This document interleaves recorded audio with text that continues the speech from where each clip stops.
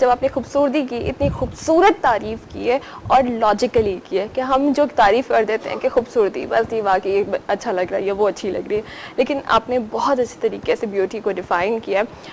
اگر ہم یہ دیکھیں کہ بیوٹی فل نظر آنے کے لیے، خوبصورت نظر آنے کے لیے ہمیں اپنی جو شخصیت ہے وہ بھی خوبصورت بنانی پڑتی ہے اور اس میں فیشن کا بھی بڑا ہاتھ ہوتا ہے، تو آپ فیشن کو کتنی حد تک پسند کرتے ہیں یا سادہ رہنا پسند کرتے ہیں؟ جب اللہ نے حسن دیا ہے تو اسے مینٹین کرنا چاہیے ود ان دا لمٹس، یعنی جو حدود رکھے ہیں اس کے ود ان آپ اگر فیمیل سائڈ کی بات کریں، کیونکہ زیادہ حسن کا بیوٹیفیکیشن جو ہے وہ خواتین کے ہی طرف ہوتا ہے، تو میرا خیال ہے اگر اسے آج کی جدید سہولیتوں کے ساتھ آپ مینٹین کریں تو کوئی گریز نہیں ہونا چاہیے، کیونکہ اسلام بھی عورت کو وہی مقام دیتا ہے جو مرد کا مقام ہے۔ بالکل۔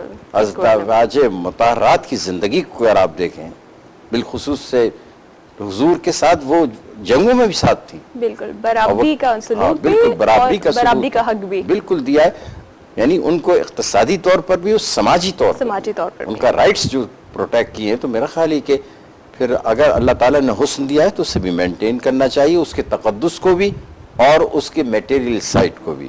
اب مثال کے طور پر آج کے دور میں، جدید دور میں، لیکن مغرب کچھ ایکسسلی آگے چلا گیا ہے، برہنگی کی نہیں ہونی چاہیے حسن میں۔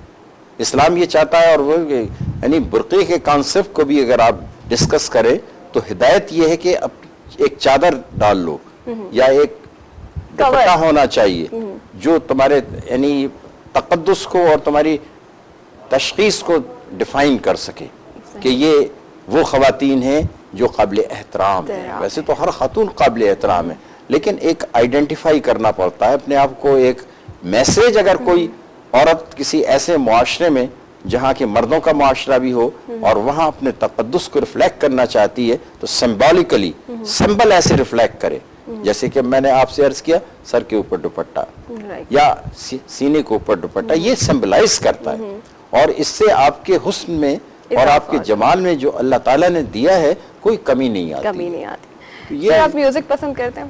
بہت زیادہ۔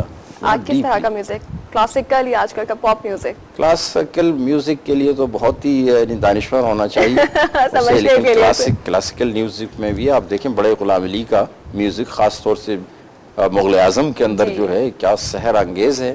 تو اسی طرح جو ہے بیربل کا تذکرہ آتا ہے اکبر کے دور میں، جو موو کر دیتے تھے موسم کو، جو پتھروں کو حرکت دے دیتے تھے، کہا جاتا ہے اور ایسا دیکھا بھی گیا ہے، گلاس ٹوٹ جائے کرتے۔ اور خود آپ اپنے ملک میں دیکھ لیں، آپ خود مہدی حسن اس کیلیبر کے موسیقار تھے کہ میرا خیال ہے سینچری ول ویٹ فار ہم۔ اسی طرح سے آپ ہندوستان میں دیکھیں لتا منگیشکر، وہ دوسروں کے لیے کہتی ہے کہ بھگوان کا بسیرا ہے، میں یہ کہتا ہوں اس کی آواز کے اندر کہنا چاہیے کہ موسموں کا حسن جنم لیتا ہے۔ اور بھی بہت سے سنگرز ہیں، رفیع۔ کون سا گانا آپ کو کون سا پسند ہے؟ سانگ کوئی ایسا سانگ جو آپ اکثر گنگناتے بھی ہوں؟ نہیں، میں گنگنا تو نہیں سکتا، لیکن یہ کہ جیسے مہدی حسن کا دیکھ تو یہ ہوں دھواں سا کہاں سے اٹھتا ہے، یعنی اب میر کا غزل ہے، لیکن اب جس طرح سے اس نے پڑھا ہے، ایسے جس طرح سے گایا ہے، تو وہ کیفیت پیدا ہو رہی ہے کہ واقعی کہیں سے دھواں، درد کا دھواں، یعنی پین کا دھواں کہیں سے اٹھ رہا ہے۔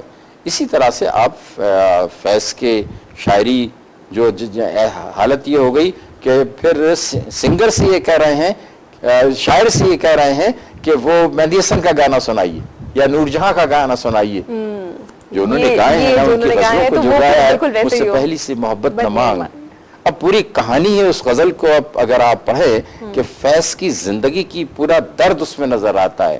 مجھے محبت آج بھی ہے تجھ سے، لیکن وقت بدل گیا ہے، زمانہ بدل گیا ہے، حالات بدل گئے ہیں، تقاضے مادی بدل گئے ہیں، اس لیے اب توقع ہو نہ کر کے وہ تیرا حسن کی قیمت یا تیرے حسن کی چاہت وہ ہو جو پہلے تھی۔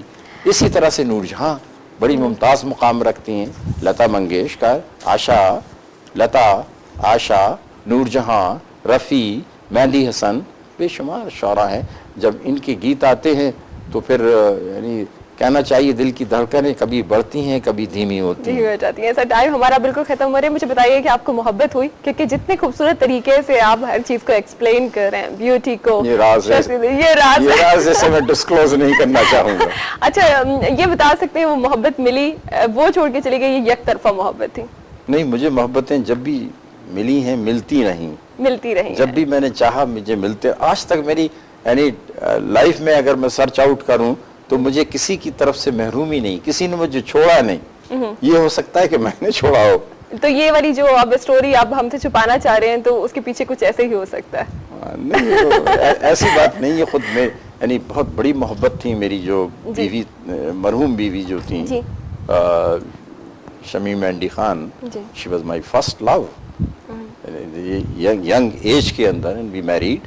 اور اس سے ماشاءاللہ میرے بیٹے بھی ہیں بڑے ممتاز اور بڑے دانشور قسم کے. تو ہیں یہ تو محبتیں تو ہوتی رہتی ہیں, اور کچھ ایسی محبتیں ہیں کہ ان پردہ نشینوں کو پردے میں رہنے دیں. وہ عشق تک اسے عشق کا نام دے سکتے ہیں؟ ہر محبت عشق ہوتی ہے, ہر محبت عشق. میرے لیے مجھے نہیں پتا دوسروں کی کیا فیلنگس ہے, لیکن میں یہ سمجھتا ہوں کہ ہر محبت عشق ہوتی ہے. میری زندگی کے اندر سینسولی اگر دیکھا جائے تو کوئی ایسی محبت نہیں ہے کہ جسے عشق نہ میں کہوں. بہت بہت شکریہ, تھینک یو سو مچ سر کہ آپ ہمارے ساتھ اس شو میں رہے اور یہ شام بہت خوبصورت ہمارے ساتھ رہی. آپ کا بھی شکریہ بہت. تھینک یو سو مچ, اپنا خیال رکھیے گا.